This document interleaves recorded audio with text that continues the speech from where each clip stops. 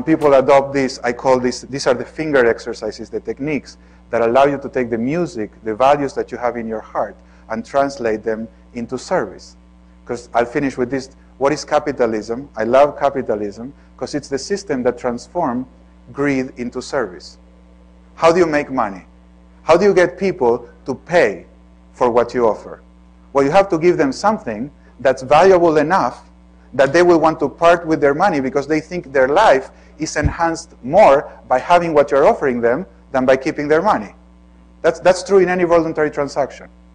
So if I pay you, let's say, X dollars for a service, your service is worth to me more than X dollars. It's not the same. This is a mistake Aristotle made. Aristotle was saying a fair price is a price where value equals price. It's not true. In the market, value always exceeds price. Not always. I mean, there's a boundary condition, but almost always. I pay you $10 for it, I would be willing to pay 15. But it only costs 10, so I only pay 10. Like, for example, my company, we pay Google, so when there's a search, and we bid, and I mean, you know how it works, I guess. I don't have to explain it to you. But why do we pay? It's not because we're nice and want to give the money to you. We're paying because say what we get out of that is more valuable to our lives and our company than what it costs.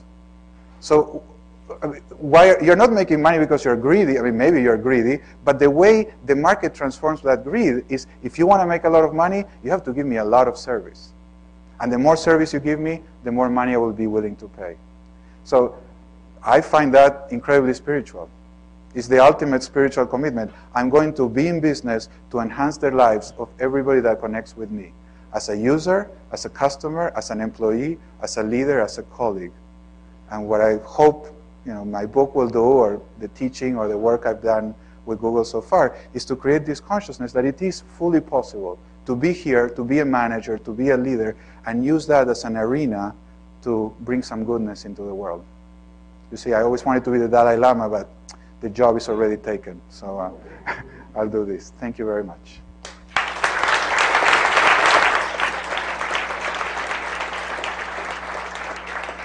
So I guess now we have some questions or comments or challenges.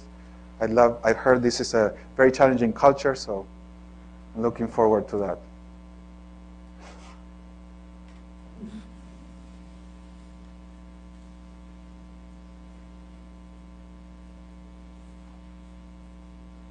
Yes, please.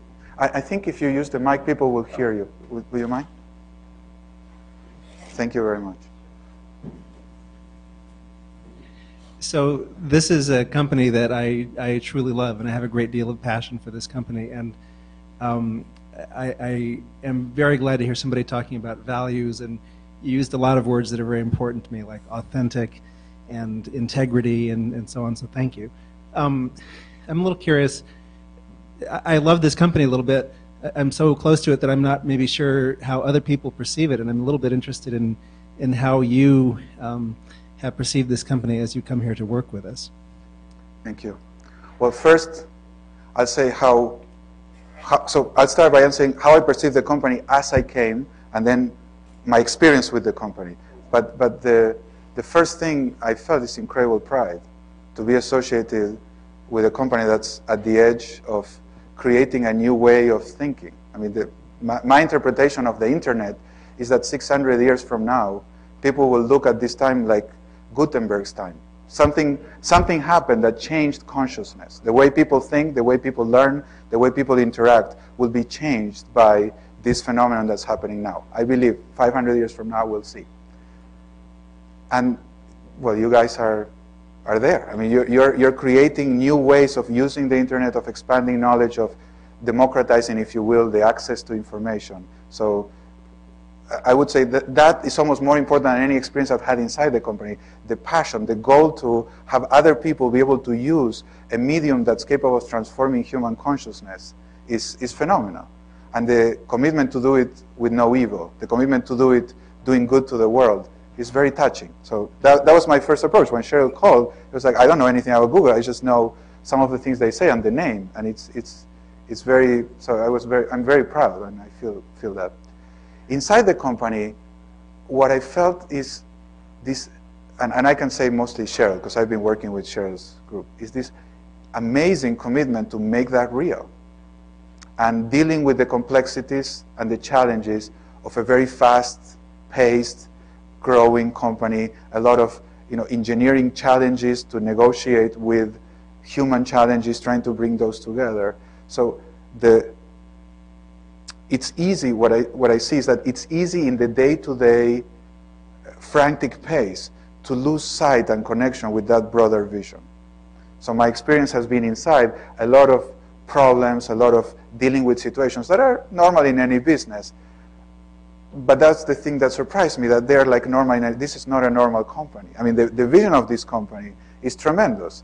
But yet, inside the company, people work like, this is, I mean, it's a cool company, don't get me wrong, and people understand it's very cool, and there's a lot of free food and wonderful things, great cafeterias. But there's, I don't see as much, at least I didn't receive as much as I expected, the pride of people saying, wow, what we're doing is amazing, it's changed. It gets talked about, but then when problems happen, the problem becomes a bit overwhelming and people lose that perspective. So those are the things, and I see that as a great opportunity, the idea to connect that the challenges are not bad things.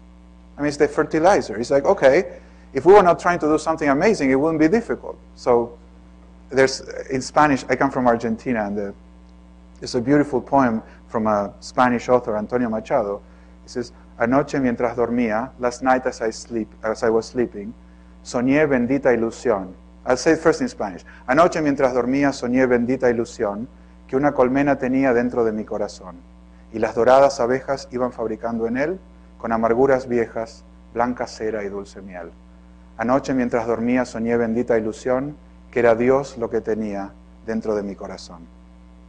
In English that means, last night as I was sleeping, I dreamt, blessed illusion, that I had a beehive inside my heart, and the golden bees were making white combs and sweet honey out of old bitterness and failure.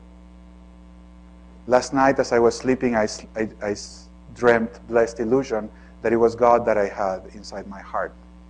So this idea of the golden bees, and whatever happens, whatever problem, you can transform into the bitterness, you can transform into white combs and sweet honey. That is I think the key missing piece to connect with the broader vision and say, yes, we're trying to do something amazingly difficult, and that ennobles us. That's what I would say.